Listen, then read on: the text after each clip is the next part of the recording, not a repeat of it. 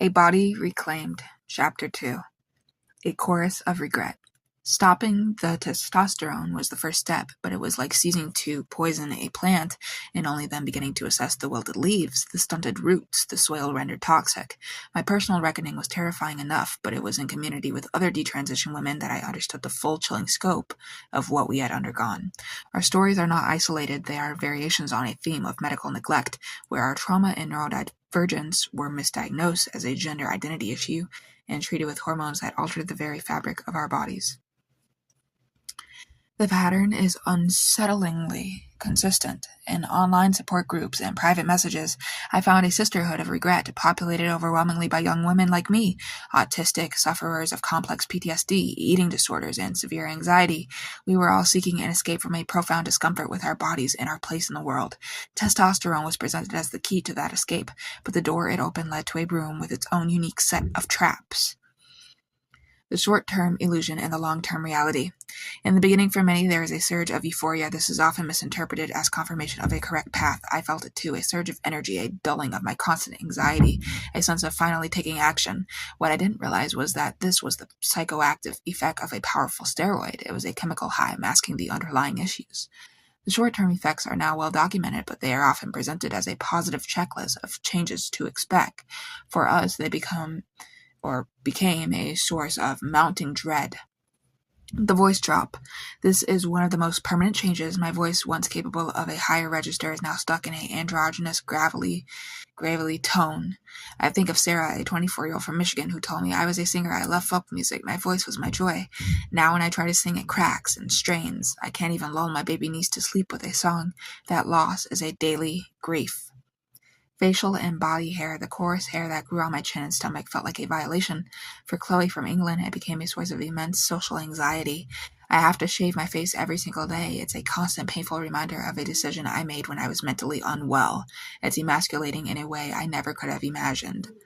Clitoral enlargement and vaginal atrophy. This is one of the most intimate and physically painful consequences. The tissue changes, becoming drier, more fragile, and prone to infection and bleeding. Intercourse can become painful. This isn't just a change, it's a damaging of healthy, functioning tissue. One woman who wished to remain anonymous shared, "I feel like I've been medically mutilated. The physical pain during intimacy is a direct result of the testosterone, and it has destroyed my ability to have a healthy sexual relationship." Emotional and metabolic shifts. The constant anger I felt wasn't empowerment. It was a side effect. It alienated me from people and replaced my sadness with a agitation I couldn't control. Many women report a skyrocketing of their cholesterol and blood pressure, a tangible strain on their cardiovascular system after just a few years of use. The permanent legacy. It is the long-term, often irreversible damage that forms the landscape of our regret. Infertility. The silencing of the ovaries is not always a temporary pause. For many, the effects are permanent. The dream of carrying a child, a dream I myself had buried under the persona of Alex, is gone for some of these women. They are left to grapple with the profound loss of a potential future family, a loss they consented to while in a state of profound psychological distress. The skeletal and muscular system. Testosterone strengthens muscles, but its reshaping of the skeleton can have consequences. Changes in the jawline, brow bone, and hand and foot size are permanent. We are left living in bodies that feel in many ways alien, a permanent monument to a temporary solution. The ongoing medical burden. We are now patients for life. We face increased risks for cardiovascular disease, hypertension, and certain cancers.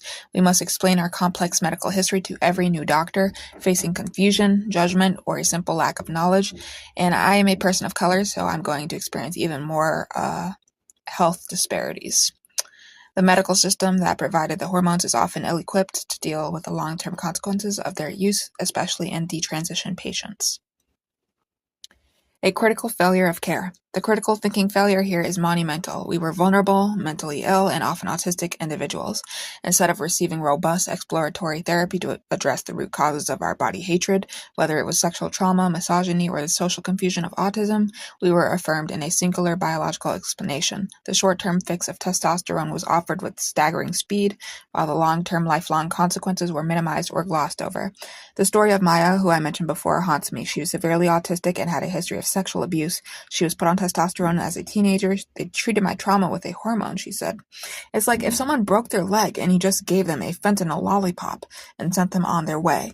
You haven't fixed the break, you've just created an addict who can't feel the pain enough to know they need a cast. Also, shout out to YouTuber Courtney Coulson, who is also a detransitioner and makes amazing content about this. Shout out to Courtney Coulson as well. And Chloe Cole. And every other female detransitioner, as well as Mary Margaret Olahan, who I've talked about in another video. This is a social pandemic, not transgender people living authentic lives, but the systematic medicalization of trauma and neurodivergence in young women. It is a pandemic of rush diagnosis, of silence debate, and of a profound disregard for the female body and the unique pressures placed upon it. We were not listened to, we were given a prescription, and now we are left to manage the side effects of a cure for a disease we never even had. Living testaments to what happens when critical thinking is abandoned for ideological certainty. Our bodies are the evidence. Our regrets are the warning. Thank you.